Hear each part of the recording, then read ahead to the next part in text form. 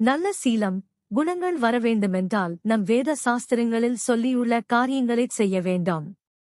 நல்ல ஆசாரங்கள் இருக்க வேண்டும். நல்ல அனுஷ்டானம் இருக்க வேண்டும். மனசு நன்றாக இருந்தால்தான் சீலம் வரும். கெட்டது என்பதே மனசில் புகாதபடி நல்லதே உள்ளம் முழுவதும் நிரம்பியிருந்தால்தான் சீலம் வந்ததாக அர்த்தம். எல்லோருக்கும் மனசு மிகவும் நன்றாக இருக்க முடியாது. இருக்க வேண்டும் என்று ஆசைப்பட்டாலும் முடியவில்லை. வீட்டிலே இருக்கிற குழந்தை சதா ஏதோ விஷமம் பண்ணிக் கொண்டிருக்கிறது. அதையே பள்ளிக்கூடத்திற்கு அனுப்பிவிட்டால் அதற்கு ஒரு கட்டுப்பாடு வந்துவிடுகிறது. முன்பு காணப்பட்ட விஷம குணங்கள் எங்கோ போய்விடுகின்றன.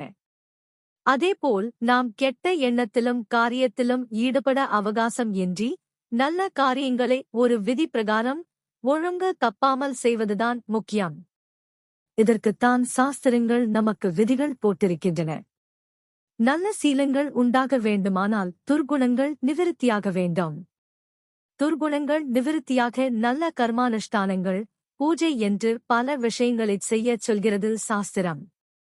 இதன்படி செய்து வந்தால் கெட்ட காரியங்களுக்கு நேரமே இல்லாமல் போய்விடும்.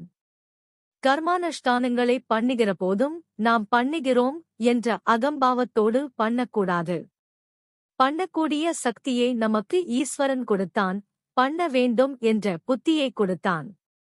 அதற்கு வசதியும் கொடுத்தான் என்று நினைத்து ஈஸ்வரார்ப்பணமாக பண்ணு என்று நமது வைதிக மதாசாரியர்கள் விதித்து வழிகாட்டினார்கள். இவ்வளவு வருஷ காலம் எத்தனை கெட்ட காரியங்களைச் செய்து நம்முடைய சித்தத்தில் அழுக்கை ஏற்றிக் கொண்டு விட்டோமோ, அந்த அழுக்கை போக்க அத்தனை நல்ல காரியங்களைச் செய்ய வேண்டும். நல்ல கர்மானுஷ்டானங்களைச் செய்ய வேண்டும்.